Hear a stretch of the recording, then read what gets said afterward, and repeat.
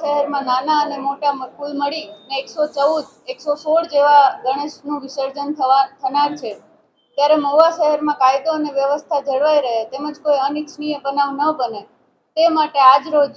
તમામ આયોજકો સાથે એક શાંતિ સમિતિની મિટિંગનું આયોજન કરવામાં આવ્યું. આ ઉપરાંત પોલીસ તરફથી જે સૂચનાઓ છે અને પોલીસ તરફથી જે એક રિક્વેસ્ટ છે એ તમામ જે લોકલ જનતા છે એના માટે એક મેસેજ આપવામાં આવ્યો છે કે તમામ જે બંદર છે જ્યાં વિસર્જન થવાનું છે, મુખ્યત્વે બે બંદર છે,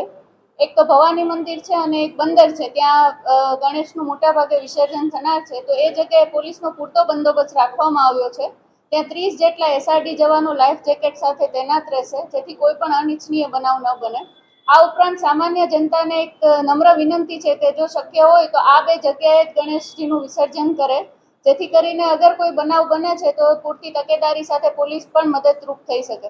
આ ઉપરાંત સમગ્ર સિટીમાં કાયદો અને વ્યવસ્થા જળવાઈ રહે તે માટે એક પીઆઈ, 3 પીએસઆઈ એમ કુલ મળીને 114 જેટલા પોલીસ અધિકારી અને કર્મચારીનો બંદોબસ્ત રાખવામાં આવ્યો છે.